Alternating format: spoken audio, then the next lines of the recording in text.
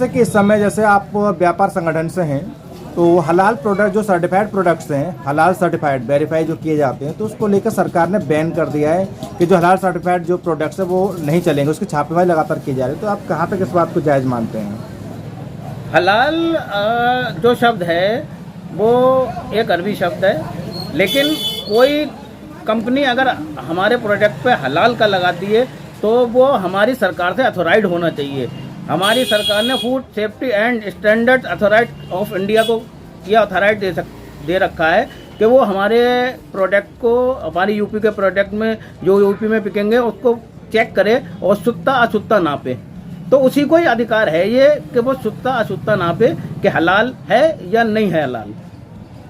तो आपकी नज़र में इसको सरकार ने जो बैन करने का डिसीजन लिया है तो कहाँ तक सही है वो जो हलाल लिख के दे रहे हैं वो हमारी सरकार से अथोराइड नहीं है तो वो गैर कानूनी तो वैसे ही हो गए। अगर वो हमारी सरकार से अथोराइड है तो ठीक है, लेकिन जब हमारी सरकार उन्हें अथोराइड मानती ही नहीं है हलाल लिखने वालों को, तो वो कैसे दे सकते हैं? कल को कोई बात हो जाती है तो उसका जिम्मेदार कौन होगा?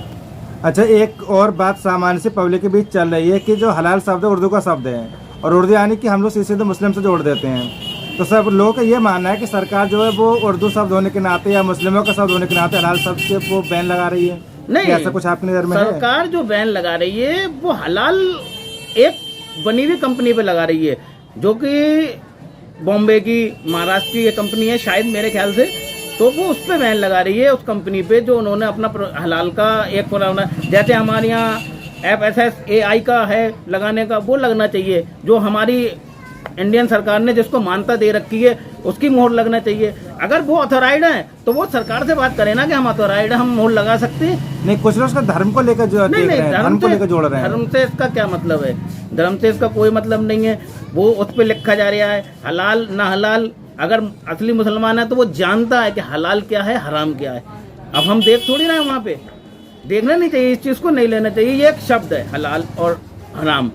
हलाल का शाब्दिक अर्थ क्या है, हिंदी में अर्थ क्या है उसका? हलाल का मतलब है जो चीज शुद्ध है इस्लामिक तौर पे, वो चीज को हलाल कहा गया है। जैसे खाने के लिए हम लोग मीट का वर्जन करते हैं तो ये चीज़ हलाल है।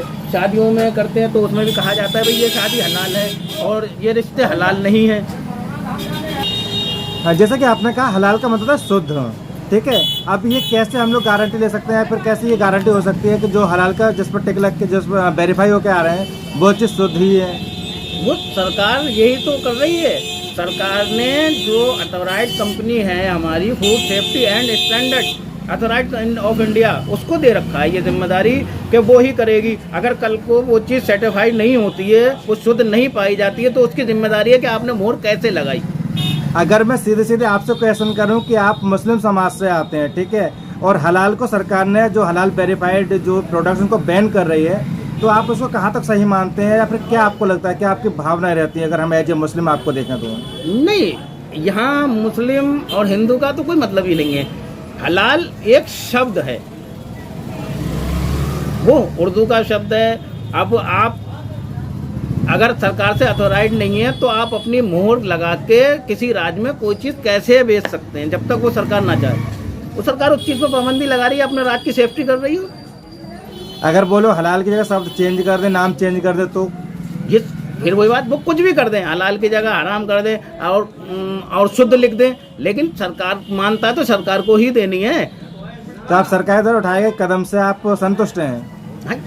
अगर गलत होता तो विरोध भी किया जाता, लेकिन वो सरकार तो यूपी वालों की सेफ्टी चाहती है। राज्य सरकार हमारी जो है हमारी जनता की सेफ्टी चाहती है कि कोई भी कंपनी ऐसी ना हो कि वो मोहर लगा के दे दे और वो चीज़ ना जायज़ ना बैठे।